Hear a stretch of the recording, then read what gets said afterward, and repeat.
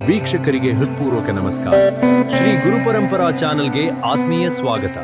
ಇಂದು ನಾವು ತಿಳಿದುಕೊಳ್ಳುವ ವಿಷಯ ಮಾಘ ಮಾಸದ ರಥಸಪ್ತಮಿಯ ಮಹತ್ವ.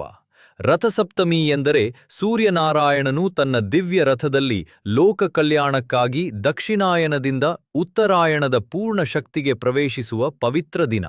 ಪುರಾಣಗಳ ಪ್ರಕಾರ ಈ ದಿನವನ್ನು ಸೂರ್ಯ ಜಯಂತಿ ಎಂದೂ ಕರೆಯುತ್ತಾರೆ. ಈ ದಿನ ಮುಖ್ಯವಾಗಿ ಏನು ಮಾಡಬೇಕು?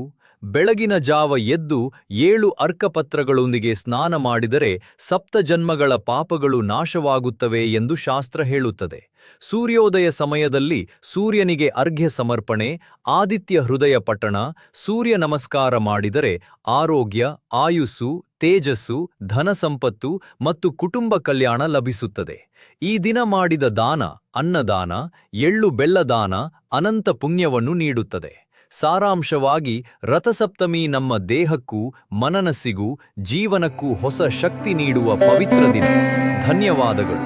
ಶುಭ ರಥಸಪ್ತಮಿ.